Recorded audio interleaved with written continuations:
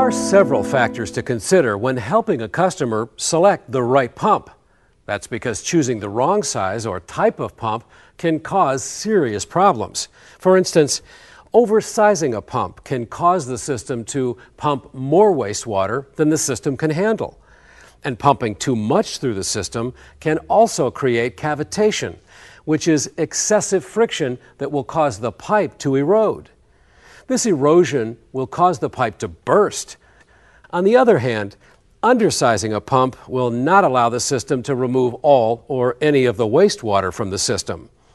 That's why the pump should always be specified to move at least 1 times the total volume of the pipe in the system during each cycle.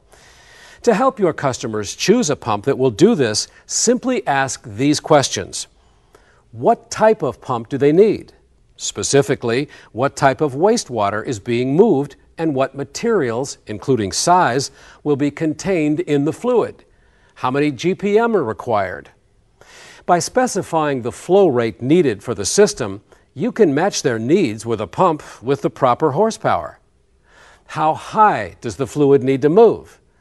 Determining the vertical distance from the pump to the highest point in the system will help you provide a pump with enough head pressure for the job. Remember, the highest point isn't necessarily the exit point. How far does the fluid need to travel?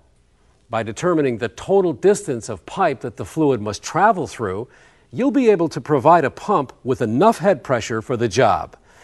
What type and size of pipe are being used? Once again, this will help to determine the amount of head pressure required for the job. What type of switch do they prefer? Common choices include vertical float, tethered float, or diaphragm. Additional specifics will also help you ensure the right pump for the application.